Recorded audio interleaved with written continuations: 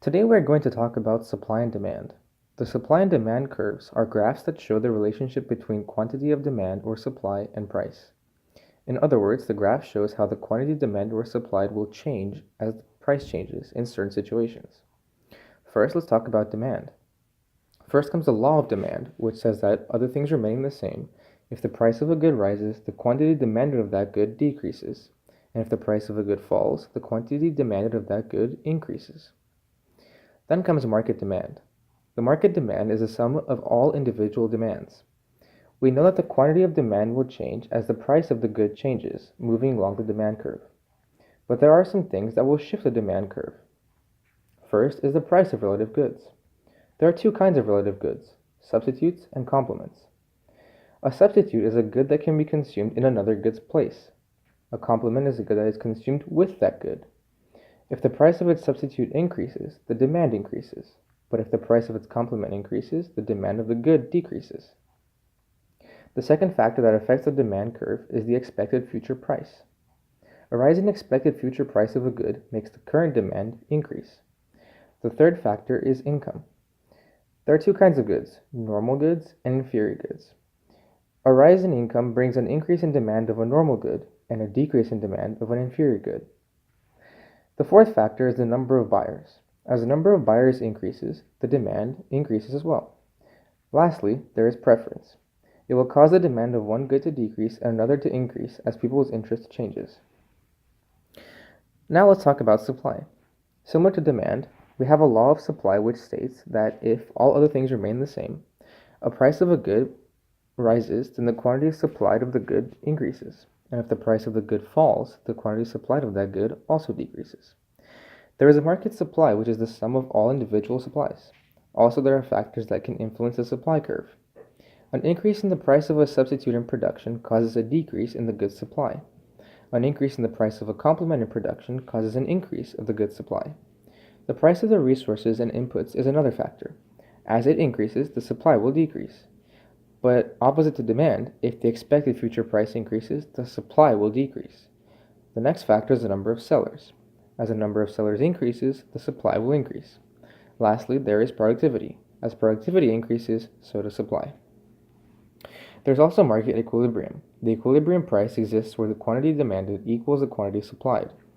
Price is an automatic regulator of a market.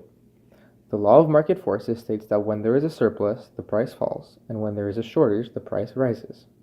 A surplus is a situation in which the quantity supplied exceeds the quantity demanded, and a shortage is a situation in which the quantity demanded exceeds the quantity supplied. Last thing in this chapter is the change in both demand and supply. When both demand and supply increase, equilibrium price increases, and vice versa. But when there is an increase in demand and a decrease in supply, the equilibrium price increases. And when there is a decrease in demand and an increase in supply, the equilibrium price decreases. So after we talk about all those kind of concepts and the definitions of the supply and demand, let's talk about how we use those in our real life examples. So let's try some questions. So in this particular case, we are talking about air travel. So let's talk about the first one, the airfare stumble. It means the price of air travel.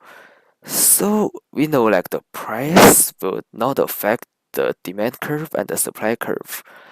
So what it means is like for this case, we will say the airfare tumble does not change the demand or the supply, but the quantity demand and quantity supplied.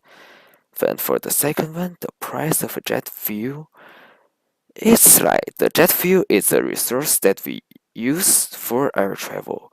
So the price of jet fuel rises is a rise in price of a resource, which will decrease the supply. The third one is the airline reduced number of flights. It's just that says the airlines decrease the supply. So we will just say it decreases the supply. And for the fourth one, it's like the expect airfares to increase, which means the future price will increase. If the future price increase, the demand will increase for the current time, but the supply of current time will decrease.